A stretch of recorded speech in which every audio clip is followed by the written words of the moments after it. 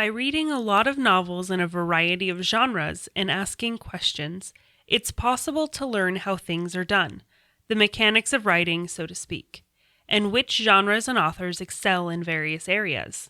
Nicholas Sparks. You're listening to Writing Roots, brought to you by Aspen House Publishing. Welcome to Writing Roots. I'm Lee Hull. And I'm Lee Esses. Our question for today in our continued Frequently Asked Questions series is, how do you know which genre your book is in? See, the book I'm writing right now has magic, but it also takes place on Earth, and some of the problems are solved by a character falling in love, and most of the stuff that happens is action-based where people are sword fighting and trying to kill each other. So is it fantasy? Is it historical? Is it romance? Or is it action-adventure? Swords and sorcery. Which is a subcategory of fantasy, which is a subcategory of speculative fiction, which is a subcategory of fiction. So, as you can see, there is a lot of things in genre, but there are a couple of questions that you can ask yourself to help you narrow down what genre your book is in. Before we get into that, I want to make sure you, our audience, knows why this question is important. Well, I'm not asking this question. I know what genre my book is in. Or I don't care what genre my book is in. It's very dangerous for people who want to be career authors. If all you are doing is writing selfishly, you don't have to worry about genre. You have fun. We'll see you next episode. But if you ever want to sell any of your books, understanding your genre, understanding which shelf the bookstore puts it on, helps sell your book. Because if I am looking for an action-adventure novel and I have to sift through cookbooks, then I am not going to be as interested. So if you want to know why you need to know, go back in our archives and search for target audience. We've talked about that before in an episode, I believe in July. You can also look at our series from last March when we talked specifically about genres. We covered the basic ones, some of the specifics of, cover design and plot of each of those. Today, though, we're not focusing on those aspects. We're just focusing on how to figure out what genre you're in. Yeah, if you don't know which of March's episodes to look at to make sure it applies to your book, this is the right episode to start on. So what is the first question that you need to ask yourself in order to figure out what genre you're in? Is my book fiction or nonfiction? Fiction is defined as more or less false. Something that did not happen. You are not trying to convince anybody that it did happen. I am not trying to convince anybody that there is a conspiracy of vigilantes in my hometown. Nobody is trying to be sold on that idea. But if there were, here's a fun story that surrounds them.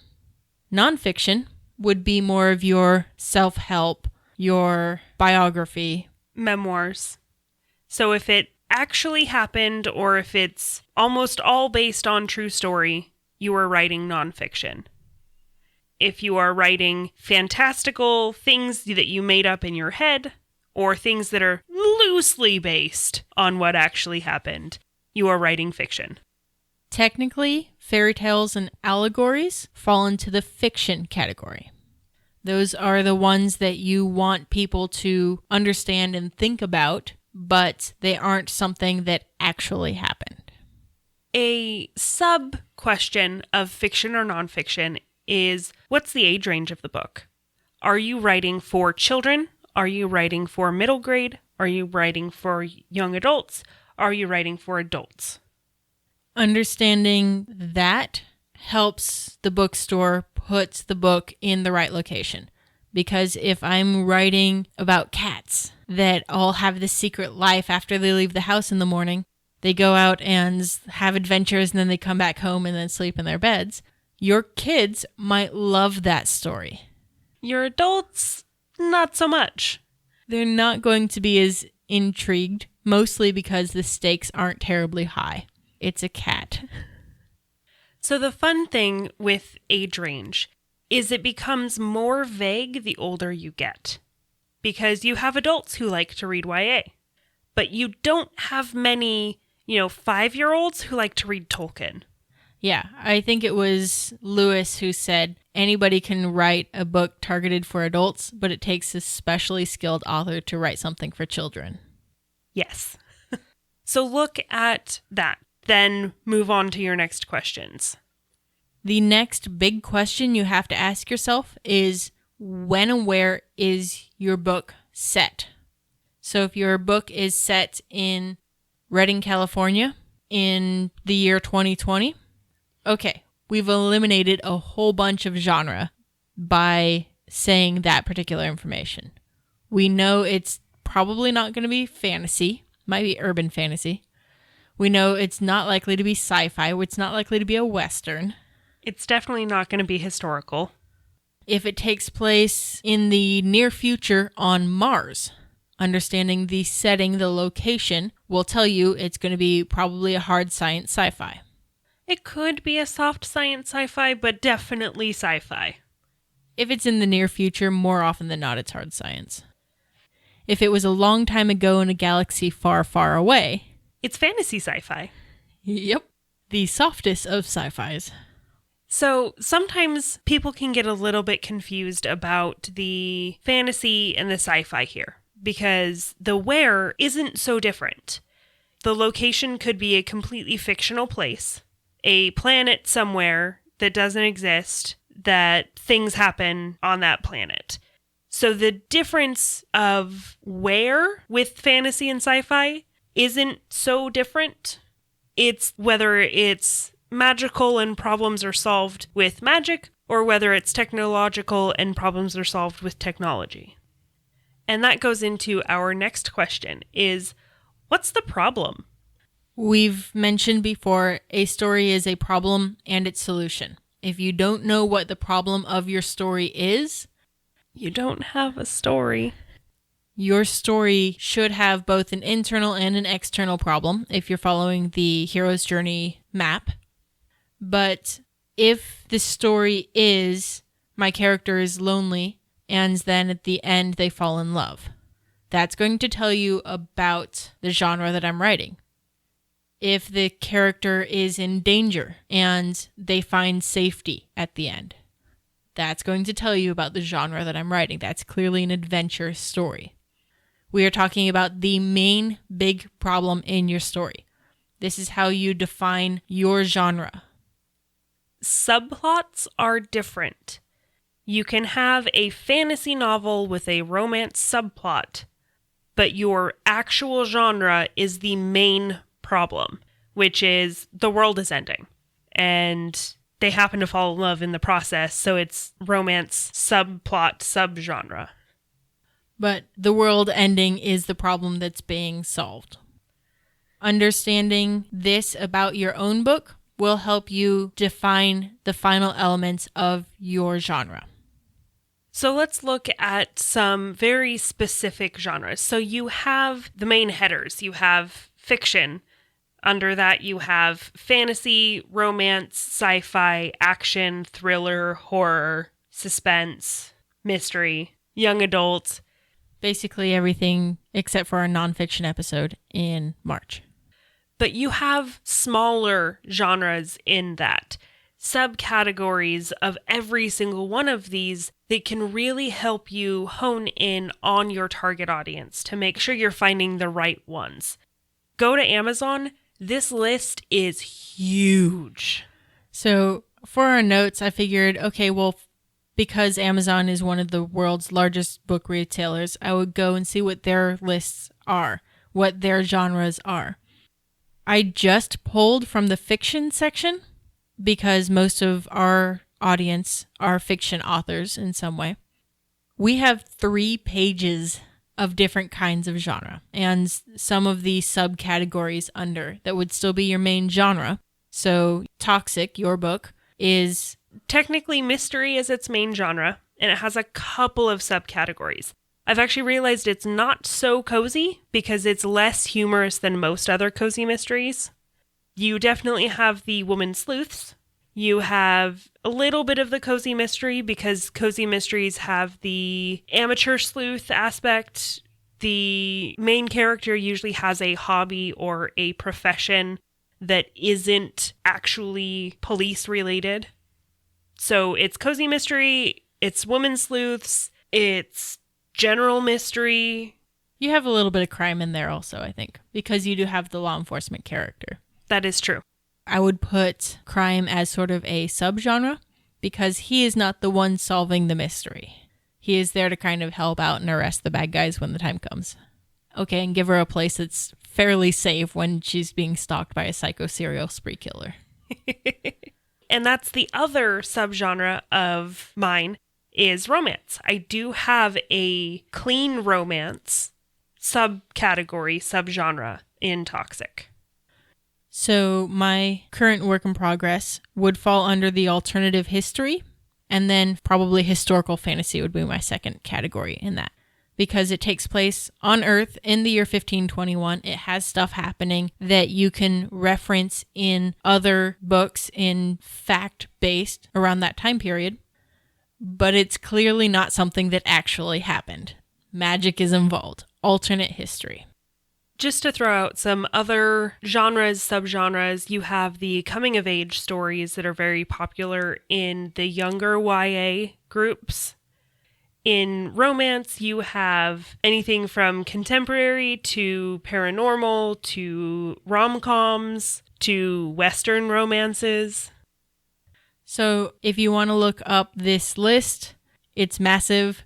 I don't think we need to put it on the landing page. You can find it on Amazon and all of their books. And if you are looking for more books like yours, trying to figure out what the cover style is, who to connect with, which ones are selling well, searching your genre in any bookseller will help inform you about what the audiences are looking for in that genre. Amazon also has a lot of tips for how to select your genre. The biggest thing is be accurate. As specific and accurate as you can get, the better off you're going to be.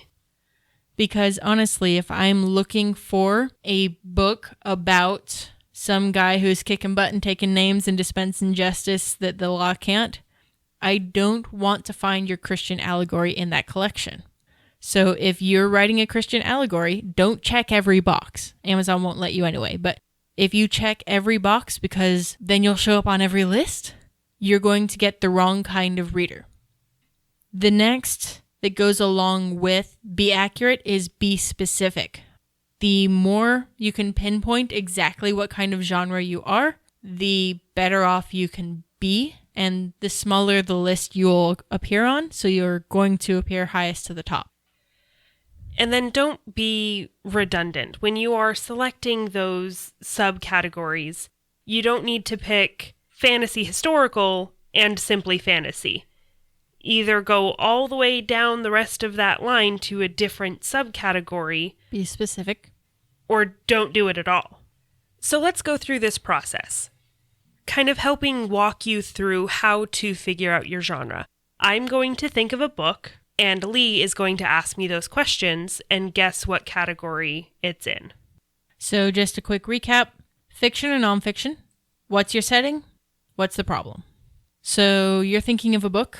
I'm doing my David Copperfield fingers where I'm reading your mind. Is your book fiction or nonfiction? Fiction? I don't really read nonfiction. What is the target age range for your book? YA. Where is it set? It's kind of a complicated question.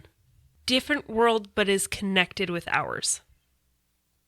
Is it set anywhere in our timeline? Yes. When? Modern. What is the character's problem that they're solving? Defeat the Witch of the Waste. So we have fiction, YA, alternate reality to now, defeating the bad guy. So that sounds like an urban fantasy to me. Kind of. It's not our world, it's connected to our world. Okay, what is it? I would call it more contemporary fantasy than urban fantasy, because urban fantasy tends to be your werewolves, vampires, that kind of thing. This is part of its modern time, but it has the very fantasy feel to it. So for those of you who are wondering, I was thinking of the book Howl's Moving Castle, where they live in a place called Ingery, which is kind of like a different world England, but there's a connection to modern day Wales.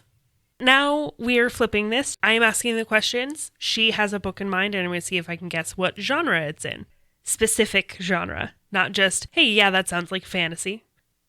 So, fiction or nonfiction? Fiction. Age range? New adult. Setting? English countryside. When is it? About the year 1800. What's the problem? She needs to get married to save her family. Alternate history? Not that one. I know which one you're thinking of. It's not that one. That's the Scottish countryside, dear.